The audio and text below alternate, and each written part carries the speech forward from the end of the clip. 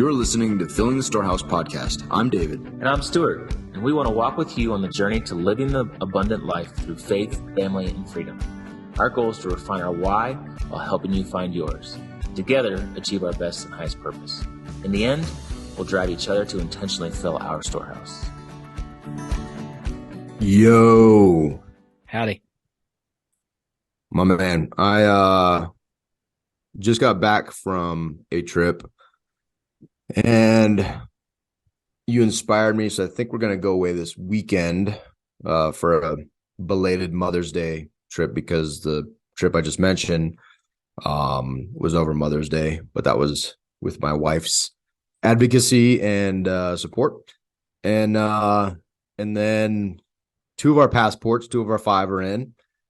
And so praying that our other 3, I expected there to be a delay with the kids because the post office messed up, didn't send in their old passports, but we did all that. So hopefully claiming in faith, those will be here this week, and then we'll be going on another epic trip. And just wanted to talk about one of those on this podcast here, and also talk through something you did recently and why you're motivated to do it. And dude, I just love this idea of these trips, what they're very intentional, what we're trying to do on them.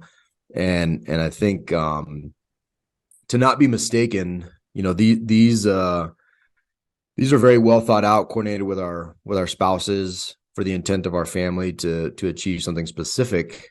And it's not like it's not a status thing. It's not we do these trips and we want, like baller things. Like, it has nothing to do with any of that. Because quite frankly, a lot of them are, I've been pretty shocked at how relatively inexpensive some of the things actually can be, and especially comparatively to what, in June we're going to Europe and Italy.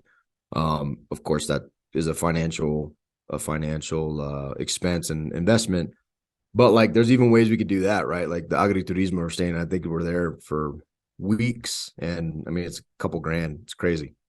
So but that being said, we have identified trips as a way to very intentionally be present with and drive towards experiences with our families. And it also goes even deeper than that with a book that you're going to highlight, Die with Zero. And so I'm excited about this conversation.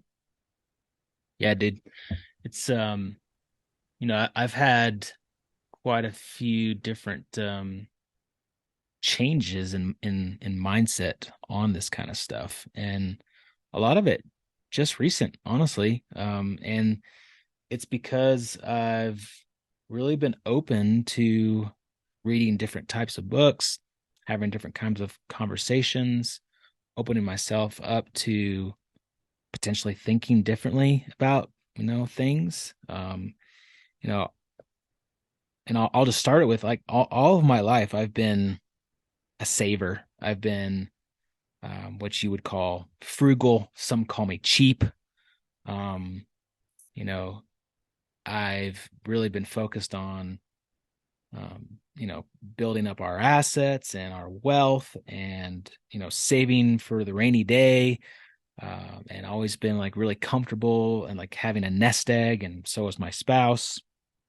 And we were a guest on a podcast, and the host, after the recording had stopped, was telling me about this book called Die with Zero, by a gentleman named Bill Perkins. He's like, yeah, man, I've read it and it's really interesting. It's just a different way to look at things.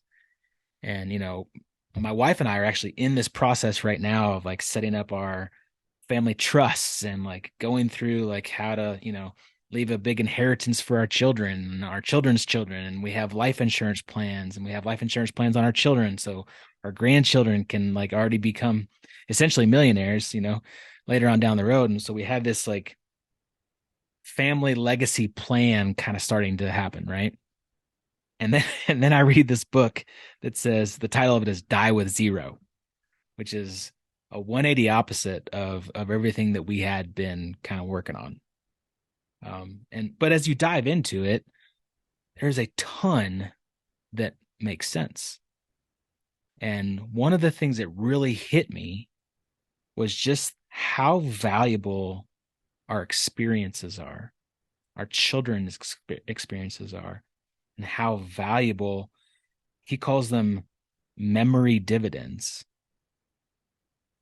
and how much more uh, return on investment a memory can have versus, just putting your money away into some Roth IRA that you're going to get when you're 60 years old. And if you think about a trip, an epic trip that you plan out and that your kids are going to go on, they will remember that forever. And they will go back to that. And the return on that, the joy and the happiness that comes out of that, I mean, the ROI on that is infinite. No, it's true, man. And I think there's also this idea of, before you, and we're not suggesting, there's a right way or a wrong way, but I'll tell you a wrong way is to never question why you're doing the things you're doing. Like, I think that's 100% wrong all the time. And what I mean by that is, if you're setting up trusts and you're doing all these different things, which is a huge pain in the butt. But if you're doing these things, you never ask why you're doing them. Like, so for example, I want to set up generational wealth. Okay, cool. Why?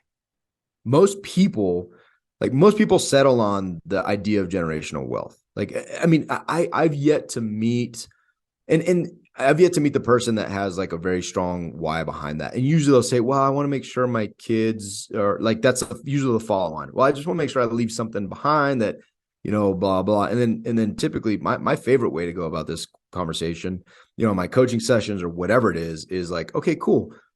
For what though? Like, why? Like, do you, okay, let's get away from why. Okay, take you off the hot seat. Do you have examples of people that you've seen that have been given a ton of money that are doing really, really good things with that, making really good decisions, that are doing, awesome stuff? Like, just your own personal, I'm not saying they're good. Like, I'm not saying I have a list of people that are doing great or doing terrible. I'm just saying, do you have the data? Do you have any data points on people that are like, what this type of stuff does? Have you ever done any reading on what large inheritances do to most people? Like, have you ever looked into it? No. Oh, it might be insightful. Yeah. It might be insightful. Let me hit on this real fast, because one of the points in the book that I had never ever thought about, yeah, is what's the age gap between your children and you? Like 30 years or so? Yeah. For me, right? yeah, about 30 years. About 30 years. So let's just say you are planning on your children having a big inheritance when you die. And for us, our plan is to make it to 100 years old, right? Like the kinetic men, we're going to live to 100. So if you live to 100 and your children are 30 years younger than you die, you leave an inheritance for them when they're 70. Do you think that they're going to need all that money when they're 70? No, I hope not. I hope not. Hopefully, they will have already had a full career, their own children, like all of their life experiences. They've already made it through the prime years of their earning stage. They've already had their own careers. Like, they don't need all that money when they're 70. So why would you plan on that? Like, what about maybe giving them money earlier in life? Like, great, if you want to help your children, help them when they need it most. Maybe it's when they're 20 or 30. Yeah. Right. Like, Well, I never thought about that before. And I think the idea though, too, is I just think it's an interesting thought to just do this huge level of planning, of investing, of, whatever. And I'm not suggesting you just like comes in, goes out, right? I'm saying intentionality behind all of it. If you want to leave something for your kids or your kids' kids, like just understand why you're doing it, right? because and also takes the place of if it takes the place of something else that you could do that's much more meaningful. And again, it just gets your brain going on why you do what you do, right? So like if you start thinking about it, you're like, oh, I don't know, I've never really thought about it. Like that's like those are my favorite words because you hear them all the time. I never really thought about that. Okay, cool. Let's think about it, right? So if you're saving, say hypothetically, you're saving all this money for a rainy day, and a quote comes to mind for a rainy day. And I love this. I love this Mark Twain quote. Mark Twain, excuse me, says, "I've had a lot of worries in my life, most of which never happened." Right, like that. I love that quote because we go through life with all this planning for rainy days, and we may be in a drought, like it may never rain. So you have this whatever it is, this huge nest egg, this thing that you're saving, you're worrying about this thing in the future, and then it robs you of doing something right now for whatever that is, right? So like our opportunity with our kids is so in comparison, ideally, to the rest of our lives, and ideally we live to be centenarians. So that time that we have them as captive audience is very, very short. Very, very short. If say hypothetically we live to be 100 and they, are in our house for 20 years, and of that 100 years, that's such a small percentage of our lives that we have with them. And so if you're saving to give them this big thing when they're whatever in the context of 70 or whatever that is, or you're saving up because you might die young, what a morbid way to live life, then you're going to miss out potentially on all the trips, the annual vacations you could take with them now to create these amazing memories. Like when you think about, and even when you think about, like I love when people talk about, well, my legacy. Cool. Let's talk about that. Like, what do you want your legacy to be? You want your legacy to be money? Or do you want your legacy to be, my kid, Jake, will never forget his 10-year-old trip that we're going to talk about. He will never forget that. Maya won't forget hers that she had with her mom. And Noah's, just by the nature of him being the youngest, he's probably going to have the most epic of 10-year-old trips, right? And he's not going to forget. If part of my legacy is that my kids and my grandkids and my great-grandkids do a 10-year-old trip because I did it with Jake and Maya and Noah, like that's a legacy. That's a legacy. If I leave some money, like what is that legacy? What is the messaging behind that legacy too? Right?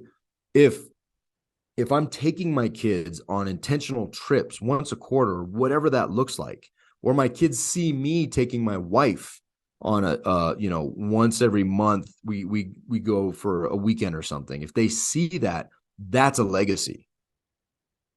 Is that the legacy that I want? Because I can intentionally impact that now. And they're very, very, I can influence my children at this point too, because they're not set in their ways. Right. And I can't find the quote, but Jack Welch, the I'd say famous GE, excuse me, CEO, he had a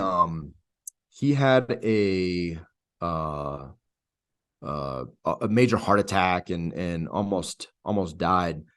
And it was interesting because one of the things that, and I'll have to find it, but one of the things that he talked about is the idea of spending more. Like I should have spent the thought that came into my mind, and I'm on my deathbed, I'm about to die. I'm thinking I'm going to die is, man, I should have spent more. And not spent more it was all, it boiled down to experiences. I should have spent more money. Like it was money, not spent more time, whatever. It was money. I should have spent more money on these experiences because he had all his money, right? But he realized that it's effectively it's useless. I mean, he who dies with the most still dies. Still dies. Right? Like you have all the toys, like awesome. Like the garages that are full of toys that never get used, that to me is just mind blowing. And some people look at that from the perspective of waste of money, and sure, that's fine. That's fine. But like, I look at it as a waste of opportunity. Like if you're not taking the boat out and the kids out, like I would never say don't get a boat. But if you do get a boat, I'd be like, dude, be out on that boat as much as you possibly can with your kids, doing the things that you love. with your family, with your friends, with whomever. And so it's just a very interesting challenge, this whole idea of legacy and leaving something behind. And because oftentimes we're living in the future of a legacy and leaving something behind and missing the moment and the present and all the opportunities that God has given us to currently pour into and invest in and live a life that is absolutely amazing and beautiful. Yeah, And man, it you doesn't can, have to be expensive, right? doesn't have to be. And I mean, you can always earn more money, but you can never recapture time. You can never recapture time. And the problem is right now that people are more afraid of running out of money than wasting that time away. But it really should be the opposite, right? We should be fearful of wasting our life and the time that we have, especially that small period of time with our families, with our children, than worrying about, our balance sheet and worrying about how much money we're going to have to leave, with an inheritance when we're 80, 90, 100 years old. Like our priorities, most people's priorities right now are 180 off. And so like you and I have decided to do something about it. Right. And like you said, it doesn't have to cost a lot of money. Like I'll list some things that we're doing that are essentially free. Um, Yeah, so let's go there. So yeah, action item one, read some books that challenge your assumptions, right? Like no kidding. If you're extremely focused on family legacy type, and I say legacy, I hate the idea that legacy, we have robbed that. We have robbed that. It's almost like providing. We as a society have robbed those words of their true power, right? Like we have dumbed them down to providing as a dad means that I go to work and bring money home and clothes and stuff, right?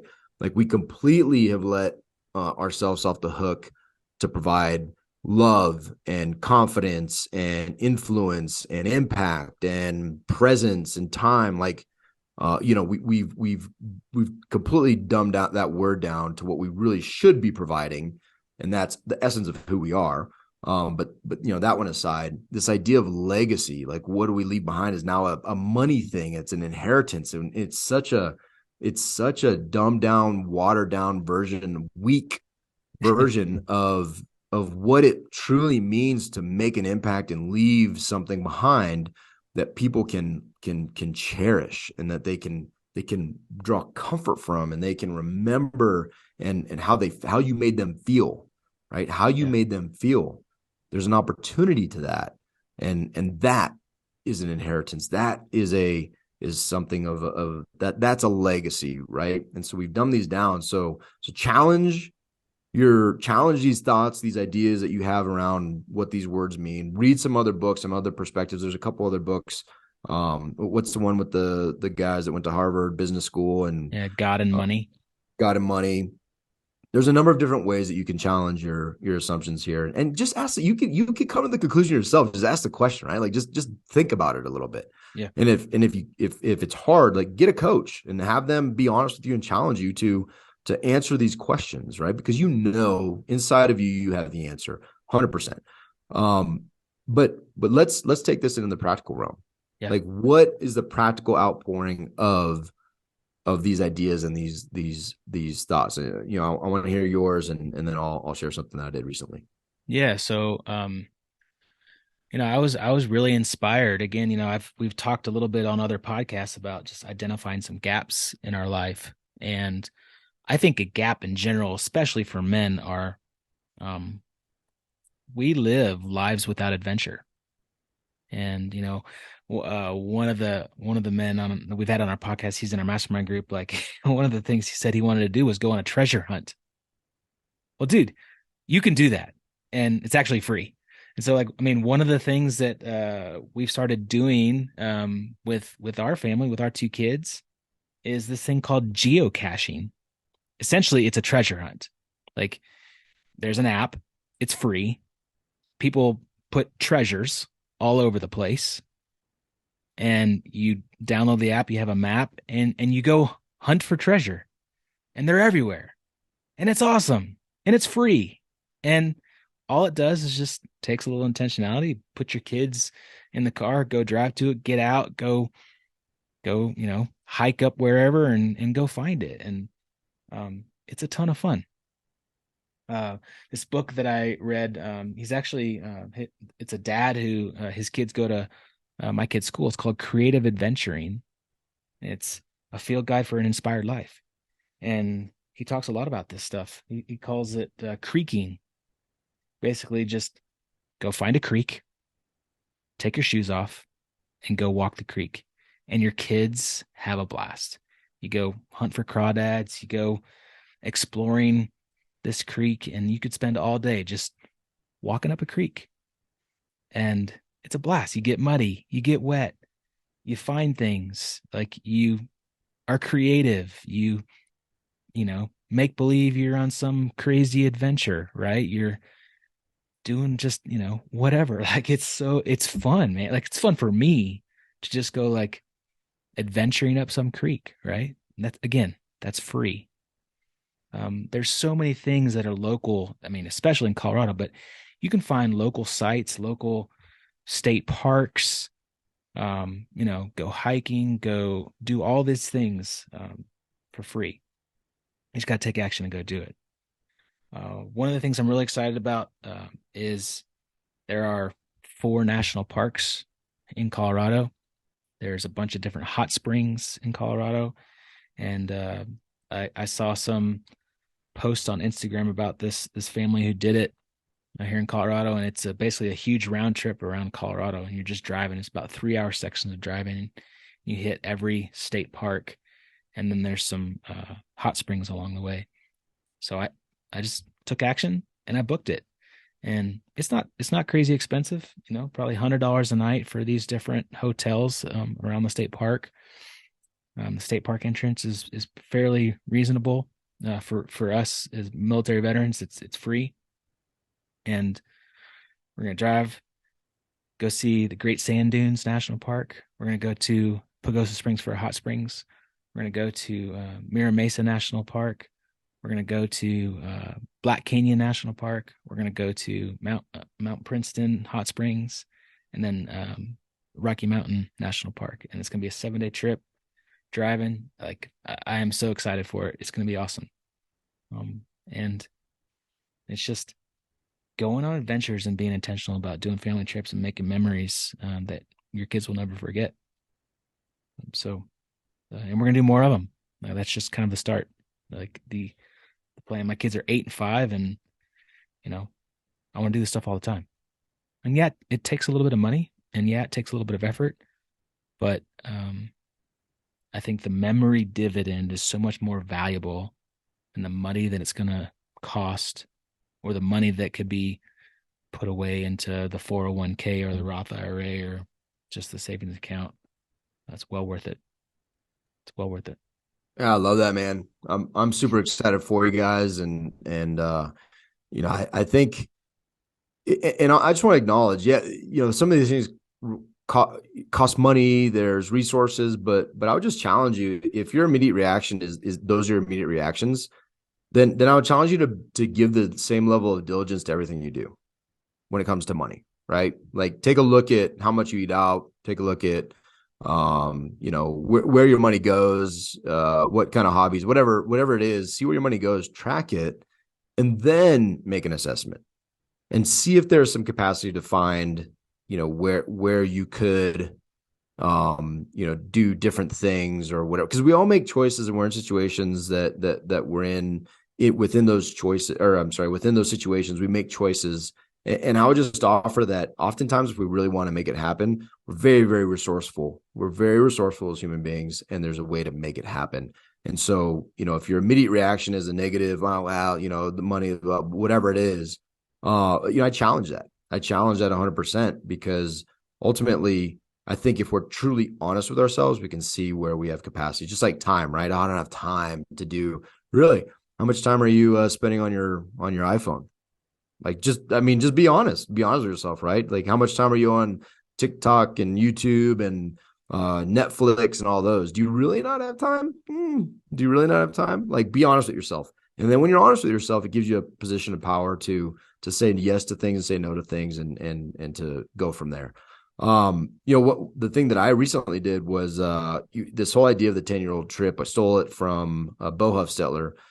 And basically, we just take our kid on a one-on-one trip wherever they want to go. I say wherever they want to go in the continental United States, and within reason. We were in Maryland when Maya turned 10. She wanted to go to Florida. Her and her mom went to Florida and had a beautiful time there. Jake, we're in Colorado. He wanted to go to Montana. I think that Southwest flight was like, I don't know, a couple $100. We flew to Montana, rented a car, and went to the national park. Went to Yellowstone, did some fishing. Hung out in a town called West Yellowstone. And dude, it was awesome, man. Like it was such a beautiful trip because it was just me and my dude. We're hanging out, we're doing fun stuff, we're fishing, we're eating together, we're, being silly, taking them out to a river, playing around in the river. The rivers are kind of high. So I was, I was a little bit nervous. Caught his first fish on a fly. If you haven't seen that video, go to LinkedIn and just look for my kid, dude. It's not because I want you to go to my LinkedIn or any of that, because the video is absolutely. I've watched the thing like 1,000 times because he screams, and it's freaking hilarious. I laugh. I laugh literally every single time I watch Oh, it. dude, it just brings smiles to my face, man. Oh, it's so funny. It's just such a funny, precious moment, and like I didn't know it was gonna happen, but I had this. He caught it. I'm holding it, and I started recording him, and he does this scream, and it was awesome. But then I also took him, he was really afraid to, he saw this gun indoor range. I took him there, and he's 10, and it's funny because things have changed so much. Like I sent a video, he's shooting a 22, and my dad's like, man, my first reaction was like, oh, and he's like, but then I thought about it. My dad took us hunting. Like 10 was like the rite of passage for us to go hunting to learn about guns and learn about the outdoors and go shoot animals and the sacred activity in our family of hunting and that whole experience, right? And what that did to him, my dad specifically, as a boy. Well, now my son is that age, and he wanted to shoot, and he was nervous, and he was like, and I'm like, dude, watch. I shot a couple shots, and then I gave it to him, taught him safety, taught him, how to respect. And I mean, these are things he knows about, with in other contexts, but he never shot a gun.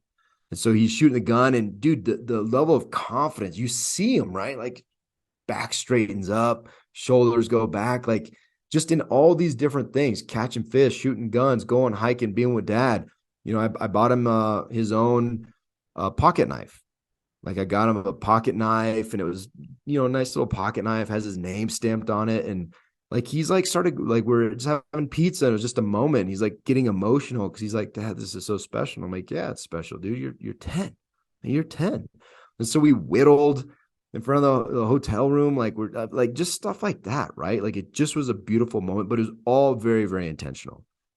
It was all very specific to, I went there with some ideas on how to empower him, how to make him, how to have him be able to live in my love, to be very specific. And dude, like Jake is like, he's a special boy. He's very sensitive. He's like a bull in a china shop, right? He's a big kid, like he's a bigger kid, just this ball of muscle, but he's like so sensitive, right? He's just a sweet boy. So we walk through town, like we hold hands, like he always wraps his fingers in your fingers. Like he's just that kind of kid, always just wants to, he just loves to be loved and loves to love. And so it was very intentional on my part and on my wife's part to enable this so that he would feel special. He would feel loved. I probably told him I love you 10,000 times on that trip. But then to sit down and talk through that stuff, right? To talk through, hey, buddy, is there anything you want to share with me? And Bo sent me some really good questions. Tell me about school. What's the hardest part? What's the hardest part of school? Like all these different things. How am I doing as a dad? Like just different stuff. But just beautiful moments, right? Beautiful things. It just opens the door for that connection.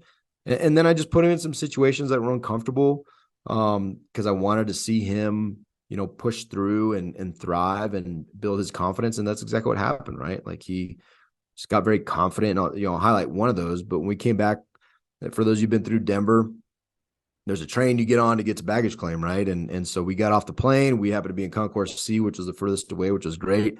And I just told him, like, hey, dude, like, get us out of here. Get us out of the airport. Like, where do we go? And he complained and he's like, I don't know. And I'm like, here are the rules. Here, there's a map. I'll show you how to read that map. And then you could talk to strangers. And let's go. Strangers are not dangerous. These people probably have kids and they want to help you. Like, giddy up, dude. Show us how. And we got off the train on the wrong spot because he wanted to. And is it inconvenient? I guess, sure. But like, it was a lesson, right? And he learned and he grew from it. And he was very confident by the time we get to the bags. He's like, yeah, I did it. And it was awesome. We had a lot of fun. So, the point of all that is that cost me resources. It was over Mother's Day because that's when it was available. It cost time, it cost things, but dude, the investment in my kid, like that's legacy, right? In my family. That is a inheritance in my family. And because it challenged the idea of I just need to work super hard and just stockpile money away. And do my kids have life insurance policies? Yes. Are there things that we've done to set up? Do I invest every month for my kid? Yes, 100%. But it all fits into the bigger picture of I'm not going to do those things at a sacrifice to the things that are more important. Because like when the time comes, I'm sure they're going to be like, Dad, thank you so much for that life insurance policy you set up because now I can use the cash value to invest in real estate. And, I have this death benefit and this. Yeah, I'm sure all those things are going to be the things that they're most Yeah. excited about, that we did for them. Yeah. I mean, dude, that dude, he's gonna remember that forever, right? He's gonna remember that 10-year-old trip, the first fish he caught on a fly rod, the first gun he shot, getting you through the airport on his own, making that wrong, stop at Terminal A and getting off. Like he's gonna remember all that stuff. And the cool thing is he's gonna take that and he's gonna probably do that with his kids too, right? What if he gives that kid, like, what if I don't know, I just popped in my head, but what if his son's first knife is the Jacob knife that I Yeah. gave him, right? Like, I don't know. That wasn't the intent, but and we started talking about it. He's like, Dad, when I'm 100, how old are you going to be? I'm like, man, I'm going to be 130, dude. And so we're going to be like these 200-year-old dudes, like walking around hanging out. And he's like, yeah, it'll be so much fun. Like, just fun stuff, right? But then I Yeah. get to talk to him about why we want to be centenarians, and you're making future kinetic men. So cool, man. Two books come to mind. The Intentional Father by John Tyson. He talks about this journey of taking a boy into manhood, and so I know that you kind of have plans for that down the road too, with getting Jake through that. I think John Tyson talks about starting that when he's 13, and then we've talked about it a lot. Is the Family Board Meeting by Jim Shields? We had him on our podcast, and we're doing that right, like. Ours is this Friday coming up, and my kids are already getting excited about it. It's on the schedule. We do it quarterly. It's intentional 4 hours, one-on-one time with a kid. You go and do whatever they want to do. I'm doing it with my daughter this time. She had heard our cousins are doing this. Casey Kindle, he took his boy to go do an escape room. So my daughter Collins, she wants to go do an escape room. So we're gonna go do that, and then we're gonna go out to dinner. We're gonna dress up and I'm gonna, treat her like she's my date, and it's gonna be awesome. And like kids open up and they just feel that love and they have that time with you. It's important, man. Like that's the things that they're gonna remember. And so, I think a challenge with this is step away for a second and just realize how important it is to be intentional and spend time with your children and to create memories that will last a lifetime. The back to that book, Die with Zero. There's a quote that I've just stuck with, and he says, "The business of life is the acquisition of memories. It's not the acquisition of things. It's not the acquisition of toys. It's not the acquisition of more money. It's the acquisition of memories." And like your life will be so much more fulfilled and rich if you are intentional with this kind of stuff. And that's the type of legacy that I want to leave. Yeah, man. I love that. I love that. And just a challenge for our listeners, just ask yourself, take 5 minutes and ask yourself, what do I truly want to leave my kids with? And if the answer is money, then like you need to get deeper, or there's a disconnect, because it's that just that should never be the top answer. And if it is, if it's in the top 5, have a reason for that, right? Like I want to be super creative. If there's money left over, if I have any money left over to leave to my kids, I want it to be something super creative, right? Like this money is set aside for you, your siblings, your families, and my grandkids. Here's a what I am leaving you is a full paid trip for the entire family to go to Hawaii and whatever. Or for me, it'd probably be to go to some freaking sweet river and go fly fishing and create memories, right? Like we can be so creative about this stuff and meaningful and have depth and desire and passion and love. And it's so much more powerful than like, hey man, here's $1 million. Like, cool. Thanks. I mean, I'm not suggesting, I'm not trying to be flippant with $1 million. I'm just simply saying that rarely will capture the true essence of who you are, who you want to be, and what you want to pass on to your kids. And it's not as hard as you think to make a much more significant impact than I think any amount of money ever could do, because it's just not going to it is not going to be the thing that they're going to remember. And if it is, it's because there's a lack of depth and character to your life that money is the thing that they're going to remember about you, right? And that should also be a wake-up call, in my opinion, my humble, very direct and challenging opinion to you. That should be something that you really, really consider and question. Yeah.